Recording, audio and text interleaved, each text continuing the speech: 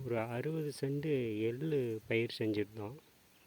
அது பார்த்திங்கன்னா ஆட்கள் சரியாக கிடைக்காதனால 100 நாள் வேலைக்கு போய் முடிச்சுட்டு வரேன், வியாழக்கிழமை வரேன், ஞாயிற்றுக்கிழமை வரேன்னு சொல்லி எல்லாமே போச்சு.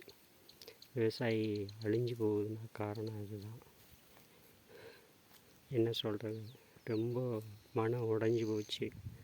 60 சென்ட் எள் 20,000 ரூபாய்க்கு மேலே செலவு பண்ணியாச்சு. 2,000 ரூபா கூட வராதட்டுருக்கு. ரெண்டு படி கூட வராதுப்பா, நீ ஏப்பா அதை செய்கிற அப்படின்னு எல்லோரும் சொல்கிறாங்க. இருந்தாலும் மனசு கேட்கல, செஞ்சிட்டோம். இறங்கி பண்ணணுமேன்றதுக்காக இதை செஞ்சிட்ருக்குறோம்.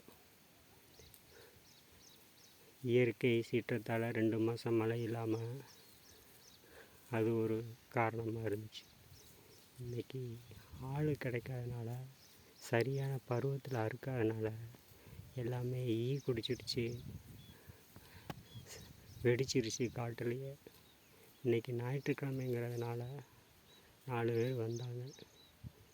அவங்க வந்து பார்த்துட்டு, இது எதுக்குப்பா ஒடிக்கிற, எங்களுக்கே கூலி கிடைக்காது அப்படின்னு சொல்கிறாங்க.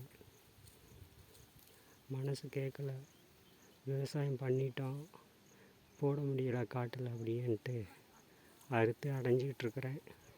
பார்ப்போம் என்ன. பாருங்கள் மக்களே, 100 நாள் திட்டம் என்றைக்கு ஒழிக்கிறாங்களோ அன்றைக்கி தான் நம்ம விவசாயம் நல்லாயிருக்கும். அட்லீஸ்ட்டு ஒழிக்க வேண்டாம், அவங்களுக்கு சம்பளத்தை, விவசாயி கூப்பிட்ற நேரம் சம்பளத்தை கொடுத்து இங்கேயும் பண்ணினாங்கன்னா நல்லாயிருக்கும். மாற்று ஏற்பாடு பண்ணுவோம். ரொம்ப ரொம்ப மனசு ரொம்ப உடஞ்சிருச்சு. நன்றி.